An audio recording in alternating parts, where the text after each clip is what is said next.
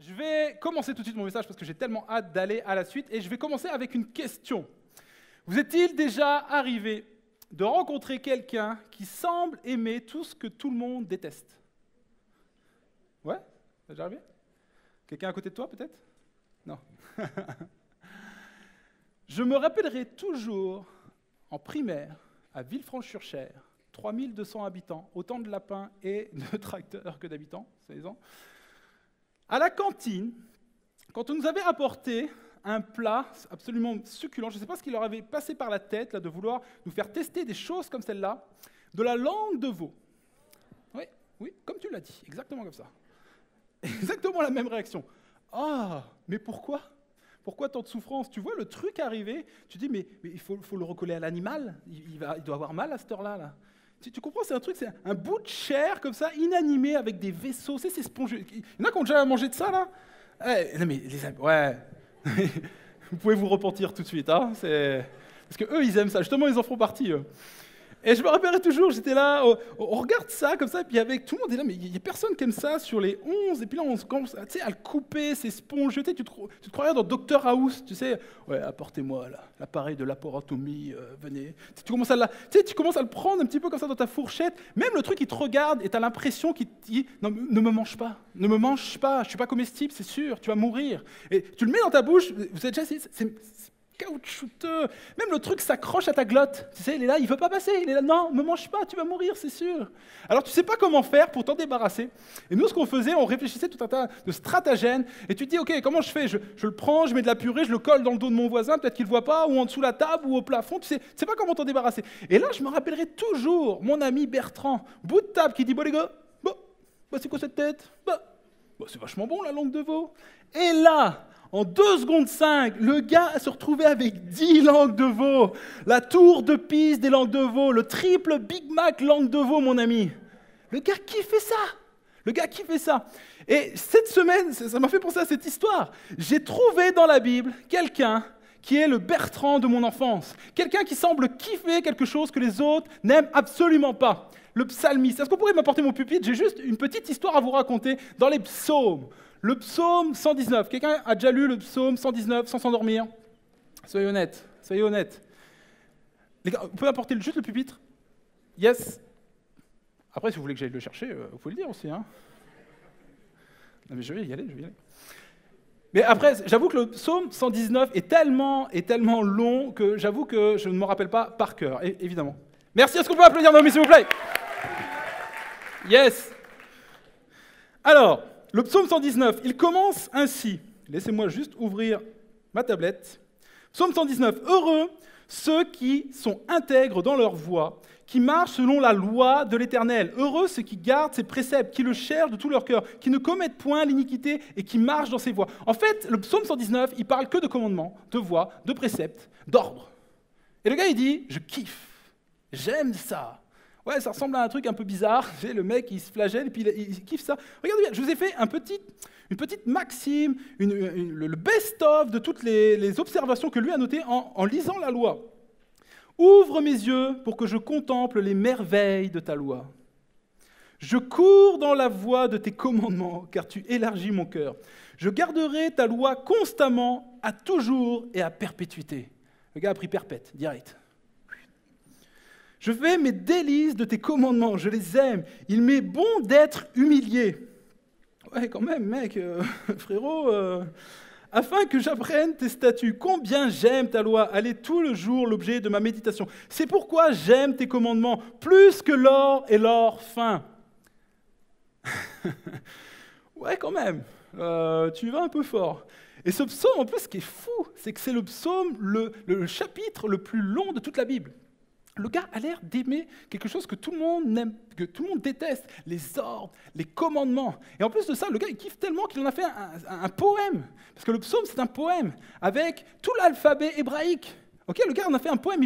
Et puis le gars, il avait tellement de choses à dire qu'il en a fait le chapitre le plus long. Il n'arrivait plus à s'arrêter. Même ma femme, elle voudrait tellement que je l'aime comme ça. Juste déjà écrire un psaume comme ça, c'est incroyable. Le gars semble tellement aimer ça, c'est fou. Et on pourrait se dire, ok, soit le gars est fou, soit le gars, lui, il aime quelque chose que les autres détestent, soit il a vu quelque chose que les autres n'ont pas vu. Moi, j'aimerais vous proposer ce soir que le psalmiste a vu quelque chose que personne n'a vu dans la loi, ou que très peu de personnes ont découvert. Il a découvert quelque chose de sous-estimé. La loi est bonne pour lui. Allez, merci, bonne soirée, rentrez chez vous. La loi est bonne pour lui. Et se dit, ok, c'est quoi le concept? Comment il peut... Non mais, au-delà de découvrir qu'elle est bonne pour lui, il l'aime, il y est tellement attaché. Et il semble même dire à un moment donné que la loi est synonyme de liberté. Comme si c'était complètement contradictoire dans nos têtes. Et d'ailleurs, c'est le titre de mon message, les lois de la liberté. Les lois de la liberté. Oui, vous avez bien entendu tout ça dans la même phrase, c'est tout un concept. Parce qu'en fait, j'aimerais, dès ce début de thématique, né pour être libre, on l'a proclamé, ouais, né pour être libre, ouais, je veux faire tout ce que je veux. Non, c'est pas tout à fait ça le concept. Non, c'est pas tout ça. Tu vois ? Et je sais que certains, ce qui se passe dans vos têtes, parce que je vois dans votre esprit, je suis pasteur, je vous le dis, j'ai comme des super pouvoirs, je vois dans votre tête, il y en a certains, j'aimerais ne pas voir, mais certains, ça va, c'est correct à peu près. Mais je vois dans votre esprit, et je sais exactement ce que vous pensez. Ce que vous pensez, c'est, Ben, ok, on est né pour être libre, c'est cool, mais tu vas pas me faire croire qu'il n'y a aucune notion de loi, de concept, de, quand même, Dieu nous dirige un minimum, quand même. Hein, il nous donne un petit peu des ordres et des conseils, quand même, un minimum. Tu vas pas me dire que c'est open bar et on fait tout ce qu'on veut. C'est vrai. C'est vrai, mais j'aimerais t'expliquer ce soir que tu ne mérites rien, tu n'as rien à faire pour mériter l'amour de Dieu. Tu n'as rien à faire si ce n'est accepter Christ pour être sauvé. Non, Dieu ne s'attend à rien de toi pour le salut, à part de l'accepter. Ça, c'est gratuit. Vous pouvez applaudir ça quand même. C'est beau, c'est beau. La deuxième chose que j'aimerais te dire, c'est que oui, pour que tu obtiennes la liberté, pour que tu saches comment marcher dans la vérité, comment marcher dans la liberté, oui, Dieu donne des conseils, des pratiques, tu appelles ça comme tu veux, mais oui, Dieu t'indique. Dieu ne te laisse pas. Dieu t'indique comment faire pour obtenir cette liberté. Et j'aimerais que vous compreniez, c'est mon premier point ce soir. La liberté ne veut pas dire absence de règles. La liberté ne veut pas dire absence de règles. Je m'explique.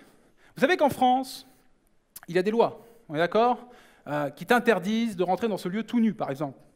Et tout le monde est OK avec ça. Hein, vraiment, on est... Amen. On est... Ouais, OK. Mais pourquoi? Toi, tu pourrais dire, ouais, mais OK, mec. Non, mais moi, c'est la liberté. On est en France, pays libre, blablabla. OK, je me balade tout nu. Ouais, mais là où toi, tu seras libre, nous, on le sera beaucoup moins. Tu vois ce que je veux dire? Moi, il y a des choses qu'on n'a pas envie de voir. D'accord? Donc la liberté, vous connaissez cette phrase, la liberté des uns s'arrête là où celle des autres commence. C'est une réalité, c'est pour ça qu'il y a des lois. C'est pour ça qu'il y a des lois. D'ailleurs, dans la définition même du mot liberté, il n'y a absolument à aucun moment l'idée qu'il n'y a pas de loi. La liberté, selon le dictionnaire, situation d'une personne qui n'est pas sous la dépendance de quelqu'un ou de quelque chose. La possibilité ou le pouvoir d'agir sans contrainte. Il n'y a absolument jamais écrit qu'il n'y a pas de loi ou de principe. La loi est là pour protéger les libertés autrement. Ce que je veux dire par là, c'est que Dieu est celui qui veut votre liberté. Ça, je suis convaincu, je suis tellement sûr que Dieu, c'est proche de son cœur, je l'ai prêché à la rentrée, je sais que c'est ce qu'il veut pour vous. Mais, il veut la liberté pour tout le monde. Il veut la liberté pour ton voisin. Et donc, si toi, tu abuses de cette liberté, quelqu'un d'autre va être esclave. Et Dieu est tellement attaché à la liberté qu'il sait qu'il faut qu'il donne des conseils, des principes, des lois pour que tout le monde soit en liberté. Vous comprenez le principe? La loi est bonne. Alors, j'ai envie de te poser la question, comment tu vois la loi? Comment tu vois les principes qui sont dans la parole de Dieu? Est-ce que tu vois comme quelque chose qui va te rendre esclave, que oui, c'est encore tout un tas de lois que je n'ai pas le droit de faire, ou est-ce que tu vois ça comme quelque chose qui va t'obtenir la liberté, qui est comme un outil entre tes mains pour aller vers la liberté? Comment tu vois ça? J'ai vu une histoire cette semaine qui m'a fait penser à ça. Il y a quelqu'un qui avait raconté cette petite histoire, il disait, si seulement on voulait donner à un lion des carottes tout le temps. Imagine le concept. Le lion, il est là, et, écoute, toi, tu vas manger des carottes. Ouais, tu as pris un peu du bide, donc tu manges des carottes. Mais c'est carottes à volonté. On est d'accord que c'est une loi d'esclavage, c'est une loi de maltraitance. Il y a peut-être certains zoos, bon, ils ne font peut-être pas ça, là, mais ça peut arriver, d'avoir des concepts, des prescriptions qui sont esclavantes. Esclavantes, le mec, il a inventé un mot. Qui vous rendent esclaves.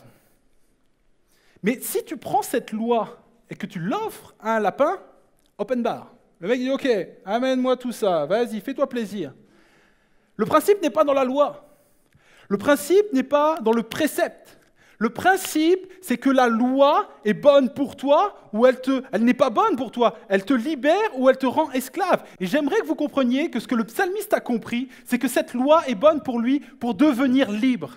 Une liberté qu'il va pouvoir atteindre en comprenant les principes qui sont à l'intérieur. Alors, ce soir, tu es amené à comprendre cela. Que la loi n'est pas là pour te rendre esclave, mais pour te libérer. La deuxième chose que j'aimerais vous proposer, ça paraît raide en début de thématique, mais il faut rétablir ces vérités-là. La liberté ne veut pas dire non plus absence de maître. Oui, la liberté ne veut pas dire également absence de maître. Nous, on voudrait tellement, non, mais je suis sans foi ni loi, sans maître. Non, non. Il y a quelque chose qui domine ta vie. Tu as un maître, que tu le veuilles ou que tu ne le veuilles pas, il y a quelque chose qui détermine tes décisions, tes actions. Regardez ce que dit la Bible, Galates 5, 16. « Je dis donc, marchez selon l'esprit et vous n'accomplirez pas les désirs de la chair, car la chair a des désirs contraires à ceux de l'esprit. » Jean 8, 34. « En vérité, je vous le dis, leur répliqua Jésus, quiconque se livre au péché est esclave du péché. » Il y a deux passages là qui nous montrent clairement qu'il y a quelque chose à l'intérieur de toi, comme un désir que tu ne contrôles pas parfois. Est-ce qu'on peut être honnête 2 secondes? Que des fois, on a envie de faire le bien, mais qu'il y a quelque chose qui nous pousse à mal agir. À mal agir, non pas forcément pour faire du mal, mais juste pour satisfaire notre désir personnel. Tu le sais que tu ne devrais plus aller au McDo à 23h. Tu sais que c'est une erreur. Mais le M t'appelle et tu ne résistes pas. Vous voyez toutes ces petites choses qui sont là en nous. Paul dira ceci. Il dira, je n'arrive pas à faire le bien que je voudrais faire, mais je fais le mal que je ne voudrais pas faire. Il y a quelque chose, est-ce qu'on peut être honnête 2 secondes et dire, ouais, ça c'est la vraie vie, ça. C'est ce qu'il y a en moi, des désirs, des choses comme ça qui me contrôlent de temps en temps. Des fois, j'ai la main dessus, mais des fois, elle me contrôle. Des désirs qui sont là à l'intérieur. Tu as un maître. Je vais le résumer ainsi parce que je comprends que ça peut être compliqué, surtout si tu viens pour là ou les premières fois dans une église. Mais tu as un leitmotiv dans ta vie. Il y a des choses pour lesquelles tu prends des décisions et elles ont un but, elles ont un intérêt. Moi, j'ai résumé ça ainsi. Les leitmotivs, le pourquoi tu prends des décisions, parfois, c'est surtout pour te faire plaisir à toi. On est d'accord? C'est je veux me faire du bien à moi, je veux me plaire à moi. La deuxième catégorie, c'est quand tu veux plaire aux autres. Okay? Surtout à une charmante demoiselle, toi par exemple. C'est ton leitmotiv, ça peut être l'objet de tes décisions. Mais parfois, c'est difficile de se plaire à soi et de plaire aux autres. On est d'accord? C'est compliqué parfois. Puis des fois, quand tu te plais à toi, ça ne plaît pas aux autres. Et inverse, tu veux faire plaisir à quelqu'un, mais toi, tu es obligé de faire des choses qui ne te plaisent pas à toi. On est d'accord? Ce n'est pas une phrase philosophique que je viens de dire, parce que j'ai l'impression de... Vous comprenez?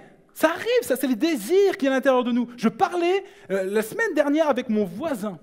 Écoutez-moi bien, parce que je comprends que j'ai besoin de vous l'imager. Je parlais avec mon voisin. Il m'expliquait ses problèmes financiers. J'écoutais attentivement et j'étais vraiment triste pour lui. Il m'expliquait combien son travail ne gagnait pas assez pour permettre à sa famille de partir en vacances. Et puis il était là, et puis il vient juste d'avoir un petit enfant. Et il me disait, j'aimerais tellement faire plus, partir avec eux. Et puis l'année dernière, on a pu se payer juste un week-end sur le bassin d'Arcachon. On n'a pas pu faire plus. J'aimerais tellement faire plus. Et je travaille fort, mais... je vais être obligé de changer de job, même si je passe des heures pas possibles au travail, il faut que je gagne plus pour pouvoir donner plus à ma famille, même quitte à ce que je ne vois pas mes enfants. Et vous voyez, toutes ces choses. Puis là, j'étais vraiment de la peine pour lui, puis il me dit, bah, il y a bien une chose que je pourrais faire, c'est sûr, je pourrais arrêter de fumer mes clopes. Ça me coûte 200 € par mois. Mais il dit, c'est mon bon plaisir, c'est ma liberté. Vous comprenez il se fait plaisir à lui. Mais ce n'est pas possible de faire plaisir aux autres. Ce combat qu'il y a, on n'arrive jamais à satisfaire tout le monde. La liberté que l'on croit avoir, elle nous rend esclaves. Vous voyez de quoi je parle? Cette liberté-là, c'est comme si Dieu disait, ok, tu cherches à te plaire, tu cherches à te plaire, stop, j'ai une autre idée. Moi, j'ai une autre option. Tu vas chercher à me plaire à moi. Tu vas chercher à me plaire à moi et tu vas voir comment c'est bon pour toi et bon pour les autres. Changement de focus total. 3e proposition, changer de maître. C'est pas que tu n'as pas de maître, en fait tu as un maître. Tu es soumis à la volonté de tes désirs, ou à la volonté de ce monde. Là Dieu dit, non, changement de maître. C'est moi qui reprends les rênes, si tu le veux, et ça va être bon pour toi. En fait, le truc c'est que nous on croit qu'on n'a pas de maître. Mais en fait, c'est pas le problème que tu n'as pas de maître, c'est juste de choisir le bon. C'est impossible, l'homme ne peut vivre sans maître, sans décision, sans leitmotiv. Tu as un maître, choisis le bon. Imagine, rappelle-toi plutôt, quand tu étais dans la cour du lycée, fin d'année, ok, on est là, cours de PS, et puis le prof, il en a marre, il n'a plus envie de bosser ses cours. Donc il dit, ok, allez, vous y avez droit, enfin, tournoi de football. Ok, tu vois, parce que toute l'année, tout le monde le tanne pour les tournois de football. Ok, tournoi de football, super, allez, 4 capitaines, je prends les meilleurs, vas-y, allez, fais les équipes, vas-y. Et là, ce qui se passe, c'est que toi, tu n'aimes pas le football. Enfin, c'est pas toi qui n'aimes pas le football, c'est le football qui ne t'aime pas. Parce que quand la dernière fois, tu as failli tuer un pigeon juste en voulant shooter dedans, et puis c'est comme ça, t'es pas adroit, et puis t'as pas le physique, t'as d'autres qualités, quoi. D'accord, ok. T'aimes pas le football t'aimes pas, d'accord. Et puis tu le dis à tout le monde, ah j'aime pas le football, ouais, le football c'est pour les ringards, ouais, 11 types avec un short là qui court après un ballon, tu vois, je veux dire, et on a qu'à leur donner un ballon chacun, ils vont arrêter de se batailler. Ouais, ouais. On l'entend ça, hein? On n'a jamais entendu ça. Moi, ça m'a blessé quand j'étais footballeur. Mais bref, c'est pas grave. Tu l'annonces, t'aimes pas le football, puis le football t'aimes pas, et là, tournoi de football, et tu sais ce qui va se passer, le petit stress, les capitaines font les équipes, et toute la file de la classe est annoncée. Toi, tu te dis, faut pas que je sois le dernier, c'est la honte, c'est trop la honte. Et tu commences à stresser. Et la deuxième question que tu te dis, c'est avec qui je vais être? Avec quel capitaine? Parce qu'en fait, quand tu es nul en sport, il y a différentes réactions qu'on peut avoir vis-à-vis de toi. Tu vois? Il y a le capitaine qui va être blasé en mode ouais, bah Victor, quoi. Tu vois, voilà. Ouais, mais t'enflamme pas, hein, de toute façon, j'ai pas eu le choix. Hein, tu vois, et puis il va te mettre sur le terrain à des positions les plus éloignées possibles du ballon. Tu vois? Il va être là, Victor, va devant, le ballon, il dit, va devant, non, Victor, va derrière, oui, Victor, de l'autre côté de la touche, oui, sur le banc, c'est ça. Voilà, très bien, Victor, très très bien, super, mec. Tu vois, le mec, il veut pas te faire, il sait que t'es nul. Ou alors il y a l'autre, parce que tu es nul en foot, tu es une personne sous-évaluée, sous-évoluée plutôt. C'est-à-dire que tu es moins que rien, et le gars te traite comme un animal. Allez Victor, va chercher. Allez Victor, oui, vas-y, ramène, rapporte. Non? Il n'y a que moi qui ai vécu ce genre de choses? Non, je n'étais pas nul en sport, c'est pas vrai. Et le gars qui va te parler comme un enfant, oh mon petit Victor, oui, on va prendre un goûter après Victor, c'est ça. Ouais, alors il y a le gars, il y en a un autre. Il y a celui qui va te mettre à la seule place que personne ne veut prendre, tu sais? Parce que tout le monde au football, surtout en fin d'année, tout le monde veut jouer attaquant. Ah, je suis un attaquant. Et le capitaine, ouais, moi, je suis numéro 10, frère. C'est surtout pas moi qui va aller au but. Victor, tu vas au but. Victor, quoi, t'as pas de gants? Bah tu mets ta grosse face comme ça, toi. Et puis il y a le bon capitaine. Et, franchement, on en a toujours un. Tu vois, le mec un peu populaire, le mec qui va toujours essayer de faire jouer toute l'équipe, même les filles. Oh, le mec fait jouer les filles. Ouais, parce qu'au football, on est un peu misogyne quand même. Faut dire ce qui est. Les filles, déjà pour leur passer le ballon, c'est tout un truc. Et toi, le mec fait des passes à tout le monde. Le gars cherche à créer une cohésion d'équipe. Il a même un slogan. Ouais, chez nous, qu'on y va. Ouais, bref, tu vois. Bref, le délire. Et il fait des passes à tout le monde. Le gars est encourageant, il te relève. Ouais, vas-y, t'inquiète pas, tu vas y aller. Le gars cherche à gagner, mais si on gagne pas, c'est pas grave. Et puis même pire que ça, le gars arrive devant les buts. Il est prêt à marquer, mais il se sacrifie juste pour te faire une passe et que ce soit toi qui marque.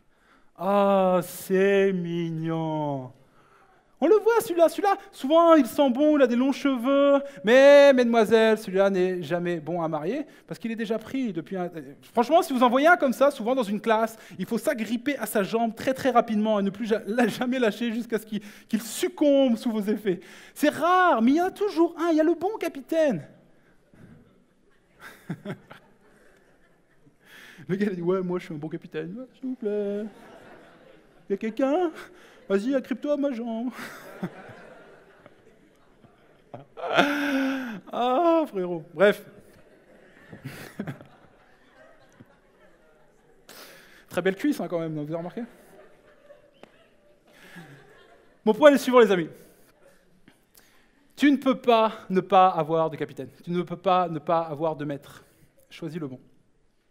Choisis le bon. Choisis celui qui va t'aider, pas celui qui va te rendre captif. Non, pas celui qui va t'envoyer dans les buts alors que lui, il n'a pas envie d'y aller. Non, non, prends celui qui va y aller à ta place.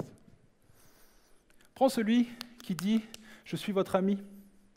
Prends celui qui dit « Je suis votre ami, je ne vous appelle plus esclave, je vous appelle ami parce que je vous ai fait connaître ce que seulement mon père connaissait. » Prends celui qui donne sa vie pour ses amis.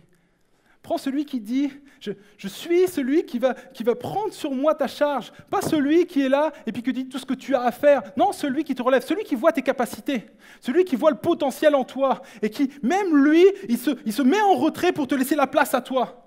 Prends ce capitaine-là parce que c'est Jésus. Ce capitaine-là, écoutez-moi bien les amis parce que c'est important. Prends ce capitaine qui va te rendre ta liberté. Ce capitaine qui t'a dit, je suis là pour te rendre libre. Oui, tu viens à moi, c'est moi qui t'ai choisi, mais je vous ai affranchi. Et alors que tu viens à moi, après je te rends ta liberté. Cet ami qui te dit, oui, venez à moi, ceux qui sont fatigués, je vous prendrai sur moi, je vous prendrai sur mes épaules. Choisis le capitaine qui veut être ton ami. Choisis ce capitaine qui est prêt à se sacrifier pour toi. Choisis ce capitaine-là. Ce n'est pas que tu n'as pas de capitaine. Qu'est-ce qui dirige ta vie? Qu'est-ce qui dirige tes décisions?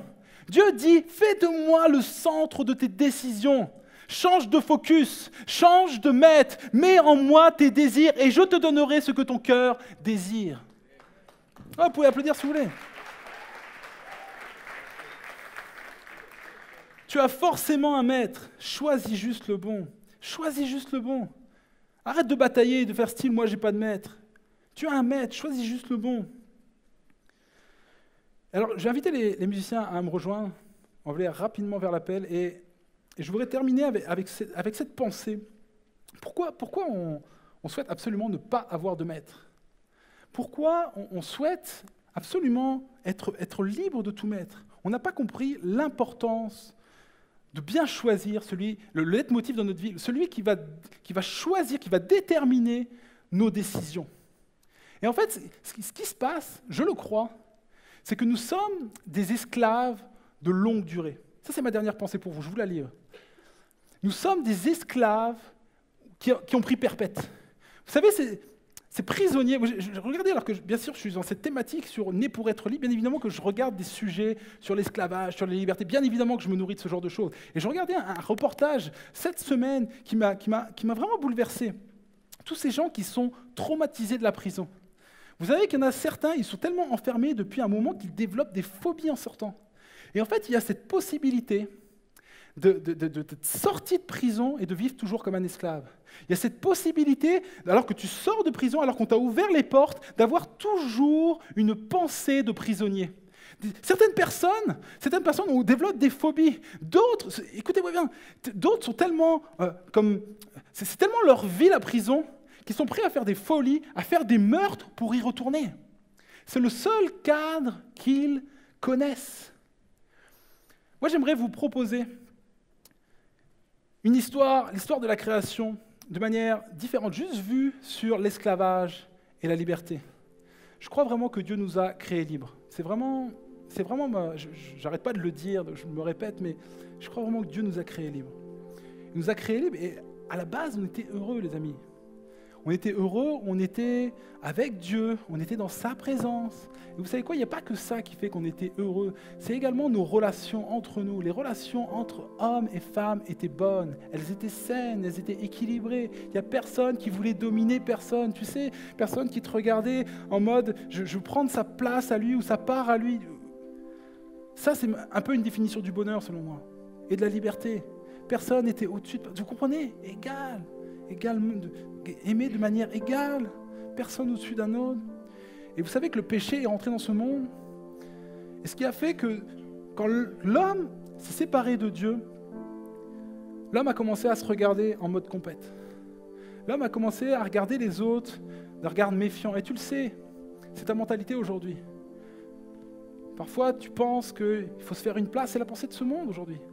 Parce que l'homme a compris également qu'il pouvait être blessé par l'autre. Et donc la réaction à ça, c'est quoi? C'est je me méfie. Je regarde l'autre non pas comme quelqu'un qui peut m'apporter quelque chose, mais comme quelqu'un qui me veut du mal. Alors je me méfie, puis tout le monde ne me veut pas du mal, mais il faut que je fasse attention. Et puis il y a tellement certaines personnes qui sont prêtes à m'écraser que moi, il faudrait peut-être que je fasse ma place. Il faudrait peut-être que je cherche à m'élever, parce que sinon il n'y a personne qui va chercher à m'élever. Hein. Puis c'est ce que proclame ce monde. Si tu ne t'élèves pas, si tu ne cherches pas, fais ta vie, là, fais ta place, fais ton trou. Fais ton trou dans ton job, fais ton trou dans ton église même. Fais ta place. Et en fait, cette réalité, c'est que l'homme a adopté un regard craintif vers les uns les autres. Mais un esprit de prisonnier. Un esprit de prisonnier qui nous fait nous regarder les uns les autres avec culpabilité, puis qui te fait que tu te regardes toi-même avec culpabilité. Parce qu'à force que la société te dit qu'il faut être comme ceci, comme cela, toi tu te regardes en mode « je ne suis pas correct ». Un esprit de prisonnier. Et en fait, ce qui se passe, c'est que Dieu vient et il te libère. Il arrive, et comme pour quelqu'un qui est dans une prison, il ouvre les portes et il dit « vas-y ». Mais comme pour un prisonnier de longue date, de longue durée, on sort, et c'est vrai, instantanément, à partir du moment où tu donnes ta vie à Christ, mon ami, tu es libéré du pouvoir de la mort sur toi, du pouvoir du péché sur toi. Mais ta pensée, et c'est ce qu'on vit tous, est encore captive, est encore en prison. Et je sais que j'ai en face de moi beaucoup de personnes qui ont donné leur vie à Christ. Mais je sais également que la pensée n'est encore pas totalement régénérée, que vous ne vivez pas encore dans vos pensées comme des hommes libres. Mais Jésus est là. Jésus est là. Et ce qui trouble l'homme souvent, c'est qu'il se rappelle ce moment. Vous savez, la Bible nous le dit, il l'a mis dans le cœur de l'homme comme la pensée de l'éternité, comme ce vague souvenir de comment c'était bien avant. Comment c'était bon quand j'étais avec Dieu, comment c'était bon quand tout était équilibré, quand il n'y avait aucun rapport dysfonctionnel, comment c'était bon, comment j'aimais ça. Il y a comme ça, l'homme crie, mais injustice, mais pourquoi ce monde est comme ça, pourquoi ce monde est méchant? Parce que Dieu a mis dans la pensée de l'homme ce vague souvenir de l'éternité. Et Dieu dit, ok, je comprends, il faut aussi que tu changes ta pensée. Alors je ne vais pas faire simplement, et c'est ce qu'il fait, ce miracle, en donnant sa vie à la croix, il ouvre les barreaux, il dit ok, vas-y, let's go, sors, mais également il t'attend à la sortie, il t'attend à la sortie de la prison pour te dire maintenant, je vais te montrer comment pense un homme libre, comment agit un homme libre, comment regarde les autres un homme libre. Maintenant je vais te montrer l'exemple, parce que je ne veux pas simplement que tu sortes de la prison, je veux que tu apprennes à vivre comme un homme libre. Et nous devons tous, à notre niveau, apprendre à vivre comme des hommes et des femmes libres. Et c'est ce que je vous propose pendant cette thématique. C'est ce que Dieu vous propose pendant cette thématique. Vous savez, on est tous dans des prisons, peu importe le niveau. Il y a des choses dans lesquelles on doit apprendre à vivre comme c'était à la création même. Je vais terminer avec cette histoire. Comme je vous dis, je me suis beaucoup nourri d'histoires, et puis d'histoires parfois tragiques malheureusement. Et il y en a une qui a retenu mon attention également, c'est ce jeune homme qui avait un père qui était très très dur, à tel point qu'il l'avait appelé SSS, Super SS. À tel point son père se comportait comme un nazi, comme quelqu'un qui était dur, qui ne l'encourageait jamais. Et oui, même quand il faisait une bonne chose, vous connaissez ces pères qui disaient « ouais mais tu aurais pu faire mieux, t'as eu 19 ? Et le 20 alors ?» Jamais encourageant. Tellement dur, qui lui disait tout ce qu'il devait faire, tout ce qu'il ne devait pas faire. Et en fait, il était tellement dans une prison pendant des années.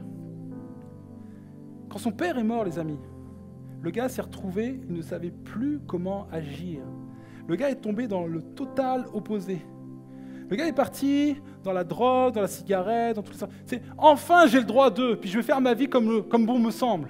Enfin, je suis libre, là. Puis il n'y a plus personne qui me dira jamais ce que je dois faire. Il n'y a plus personne qui me dira comment que ma liberté doit être conditionnée. Non, je suis libre totalement. Je fais ce que je veux aujourd'hui. Le gars est tellement parti dans l'abus de la liberté qu'il ne payait plus ses factures, que l'huissier passait chez lui, il disait, j'en ai rien à faire, moi pas d'État, il n'y a pas d'État, il n'y a pas de taxes, il n'y a rien du tout. Le gars partait dans des délires totaux. Il ne savait plus ce que c'était d'être libre.